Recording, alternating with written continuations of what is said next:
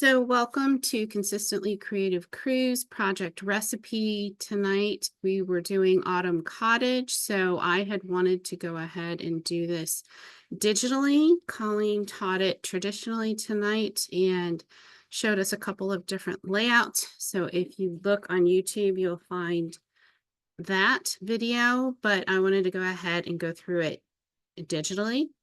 And in case you did not see the other one, I wanted to also share the recommended paper pairings for Autumn Cottage that Creative Memories provided. So there is a sample here with 4 pieces of paper of Autumn Cottage designer paper that they used in their sample layout, and then a couple of different paper pairings. So if you want to check those out, feel free to pause the recording and take a quick look. So just like I normally do, I like to take a look at the layout, basically to try to determine how much I can do. Can I do one layout and do a mirror image, or do I need to build the left and the right pages independently? And I believe with this one, we can build the pages independently, or sorry, build them by mirror image, even though we're going to be flipping these circles up to the top. We should be able to do that. And in the information that they provided us, they do have information about how large those circles are on the back side with all the dimensions of the different pieces. So we should be able to utilize all of this and build our page. So I'm going to go ahead and then I'm going to pull that onto my other screen so I have it as reference. And I'm going to just go to one page. And so like I normally do, I insert a background rectangle that is 12 by 12. So that way I am not building on the base of on the background element. So in order to have that be set up, I'm going to go with 0 and 0. And then I'm going to go ahead and start with a couple of the other items. So there was some trim up at the top.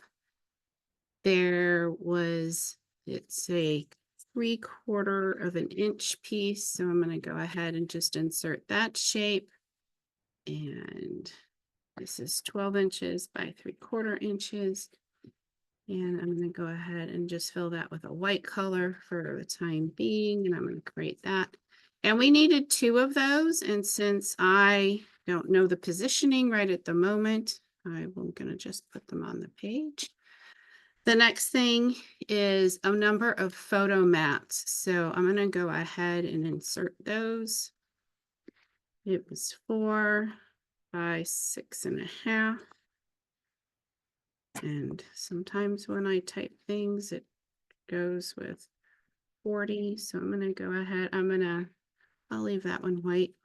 And I think what I want to do is center this vertically on my paper. So I'm going to go ahead to the arrange up at the top and do it centered vertically. And then I'm going to go ahead and align these horizontal strips to the top and the bottom of those, so that way it lines up nicely.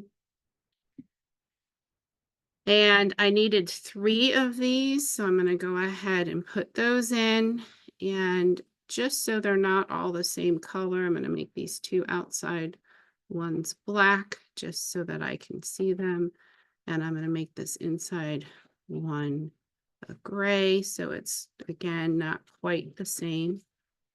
And I didn't align these very well, so I'm going to go ahead and align those. So now that looks good. So we've got a lot of our background already. Now I want to build those circles. So the first circle was a 5.25 inch circle, and this is one that ends up getting cut in half. So I'm going to share the screen here. This is a 5.25 inch circle, and they put bottom half on the left page and the top half on the right page. So I'm going to go ahead and insert a shape, an ellipse, 5 1/4 by 5 1/4. I don't know why sometimes I end up with 40 instead of what I'm typing. And I'm going to fill this with another shade of blue just so it will stand out. So 5 1/4 by 5 1/4, and I'm going to create that. And I'm going to go ahead and cut that right off the bat. So I'm going to use the straight edge cutter. It says you have to flatten, that's okay. This is going to cut it straight right in half, and I do want it like this. I want to keep both areas, and I'm going to cut. So I'm going to want this, the one on the right page and the one other on the left page. So I'm going to just put them there for right now. What else can I build? I need to build those other smaller circles, and those were 2 1/4 inch. So I'm going to go ahead again, do another ellipse. This was 2 1/4 by 2 1/4. I'm going to create, and I need 2 of those. So I'm just going to copy and paste. I'm going to kind of put those down there. I can always decide how I want those to be. And then I can go ahead and put in my 3 photo frames. So if I go in here and I put in the photo frames, they end up being 3 1/2 by 6. So 3.5 by 6. And I'm going to center it on this one. And I can do Control C for some copy and paste. And I'm just going to do the alignment there, and we should be good. So now if I go back and I take a look at the paper on the project recipe, you can see that I've pretty much got everything down here on the left-hand side. And then I can go ahead and do a mirror image on the right-hand side. So I'm going to do that. And so I'm going to go over into my panel on the right, and I'm going to say insert a mirror image of this page. I'll just take just a moment. And I'm going to switch them. Okay, so now I've got it like this. And I really need the circles. I want the circles to be at the top.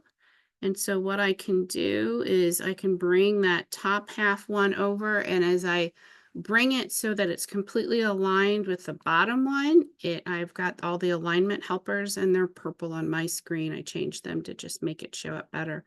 And then I can move that one off. I found that in order to get these lined up, if I wanted them to be exact, again, I copied them and then I aligned them. And now they should line up nicely. So then I can just slide those off on my screen. So with that, I should be able to have the 2 pages, and they're pretty much done. And all I'm going to need to do is slide my photos in, change all my papers, and embellish it the way that I want. So that is basically that. So you can see that's pretty much that layout, and you can always save it as a template if you want to do it again. And I did a sample page, and what I ended up doing was I ended up rotating this right-hand page. And a couple of things to note, I'm going to just duplicate it so you can see. So I've got to go back, just show one page. I'm going to duplicate this page. When you go and you rotate everything, a couple of things that ends up happening, I'm going to get rid of those items that are off the side. A couple of things that ends up happening is that when you select everything, you don't want to select your background because you really don't want to rotate that. If you group everything before you rotate, everything will stay in the same relationship to each other. So then you can go ahead and you can just rotate everything. Unfortunately, what happens now is that all of your handles are it's where they were as at the top, they are now on the side, and the ones that were on the side are now on the bottom. So If that ends up making a difference, you actually are going to want to go in and flatten each item. So if you go in and flatten each item individually, they will now end up with the rotate handles being in the same orientation. But I think that was easier than actually going in and rebuilding the entire page. The other thing is if you take a photo and you drag it in here and it is now going to be in the wrong orientation, you can always go in and rotate it, rotate the photo in the frame in this using the panel up at the top. And since you have to go all the way around, you might have to do a couple of different rotations in order to get it so that it's right side up. It's kind of hard to see, but this is, I went one too far. So that is actually the rotation there. Or you could always flatten this. So I could do the same thing. I could flatten it and then right click fill, convert to a photo drop point. I wonder if I could do that. No, I still have to flatten it. So, or you could just add another empty frame. You could make it the same size. Oh, no, that's not going to work. So it's 3.5 by 6. So I need it 6 by 3.5. And you can just align it with it. And now you've got your photo frame that way. So a couple of different ways of doing it. You could rotate the photo in the frame. You could flatten the photo and then fill it with a photo again, or you can just create a brand new photo frame and make it the same size. So either way will work, but that's a couple of different options to actually rotate your entire layout. So that was a pretty fast view of how to create the Creative Memories Autumn Cottage Project Recipe. I hope you enjoyed that, and if you do create the layout using this, we'd love to see what you create. Share it on our Facebook Consistently Creative Croppers Facebook group, and you can share a copy of your layout, and we'd love to see it. Thanks so much for watching.